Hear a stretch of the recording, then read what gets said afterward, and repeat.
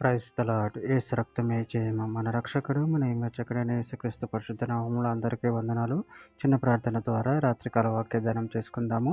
పరిశుద్ధుడ మహాగణుడైన దేవ యేసయ్య, సర్వాధికారినైనా మీకే వేలాది వందనములు, కృతజ్ఞతాస్తుతి స్తోత్రం చెల్లించుకుంటున్న దేవ రాత్రికాల సమయంలో ప్రభావ వాక్య భాగం ధ్యానిస్తుండగా వాక్య భాగం అర్థమవుతూ సహాయం చేసి మీ కృపలో బలపరిచి మీకు మాదిరిగా మమ్మల్ని నడిపించి మీ చిత్తం మా జీవితంలో జరిగించమని చిన్న ప్రార్థన యేసుక్రీస్తు పరిశుద్ధ నామములో అడిగి వేడుకుంటున్నాను తండ్రి. Amen, amen.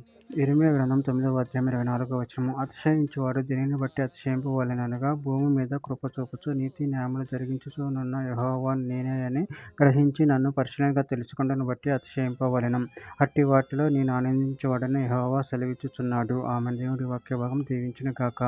ప్రభునందు ప్రియులారా, ఇక్కడ వాక్య భాగంలో గమనించినట్లయితే అతిశయించువాడు దేనిని బట్టి అతిశయింపవలెననగా భూమి మీద కృప చూపుచు నీతి న్యాయములు జరిగించుచునున్న యెహోవాను నేనే అని గ్రహించి నన్ను పరిశీలనగా తెలుసుకొనుటను బట్టియే అతిశయింపవలెను. అట్టి వాటిలో నేను ఆనందించువాడనని యెహోవా సెలవిచ్చుచున్నాడు. అదేవిధంగా వాక్య భాగంలో గమనించినట్లయితే యెషయా గ్రంథం 45వ అధ్యాయం 25వ వచనం. యెహోవా యందు ఇశ్రాయేలు సంతతి వారందరూ నీతిమంతులుగా ఎంచబడిన వారే అతిశయపడుదురు. రోమీయులకు రాసిన పత్రిక 5వ అధ్యాయం 11వ వచనం. అంతేకాదు మన ప్రభువైన యేసుక్రీస్తు ద్వారా మనము దేవుని యందు అతిశయపడుచున్నాము.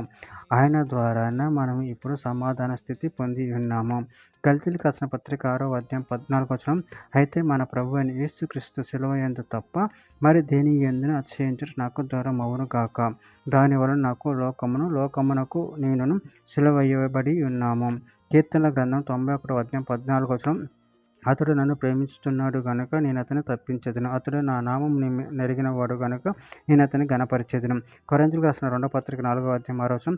కనుక మేము మమ్మను గూర్చి ప్రకటించుకొనుట లేదు కానీ క్రీస్తు యేసును గూర్చి ఆయన ప్రభువు అని మమ్మను గూర్చి యేసు నిమిత్తం మేము మీ పరిచారకులమని ప్రకటించుచున్నాము. యోహాను రాసిన మొదటి పత్రిక 5వ అధ్యాయం 20వ వచనం. మనము దేవుని కుమారుడైన యేసుక్రీస్తునందున్న వారమే సత్యవంతులైయున్నాము. ఆయన నిజమైన దేవుడు, నిత్య జీవమునై ఉన్నాడు. చివరిగా ఒక మాట, మీకా గ్రంథం 6వ అధ్యాయం 8వ వచనం. మనుషుడా, ఏది ఉత్తమమో అది నీకు తెలియజేయబడి ఉన్నది. న్యాయముగా నడుచుకొనుటయు, కనికరమును ప్రేమించుట, దీన మనసు కలిగి నీ దేవుని ఎదుట ప్రవర్తించుటయు ఇంతే కదా యెహోవా నిన్ను అడుగుచున్నాడు. ఆమె దేవుడి వాక్య భాగం దీవించును గాక. చిన్న ప్రార్థన చేసుకుందాము. ప్రేమగల దేవ యేసయ్య, నాయన మీరు ఇచ్చిన వాక్యదాన్ని బట్టి ప్రాముఖ్యతను చెల్లించుకుంటున్నా తండ్రి. నాయన మేము మీ యందు భయభక్తులు కలిగి నీ నీతిని అనుసరించి నిన్ను మహిమపరిచి కనపరిచేటువంటి శక్తిని వల్ల మాకు అనుగ్రహించి మీ ప్రేమలో కృప బలపరిచి స్థిరపరచమని చిన్న ప్రార్థన యేసుక్రీస్తు పరిశుద్ధ నామములో అడిగి వేడుకుంటున్నాను తండ్రి. ఆమేన్, ఆమేన్.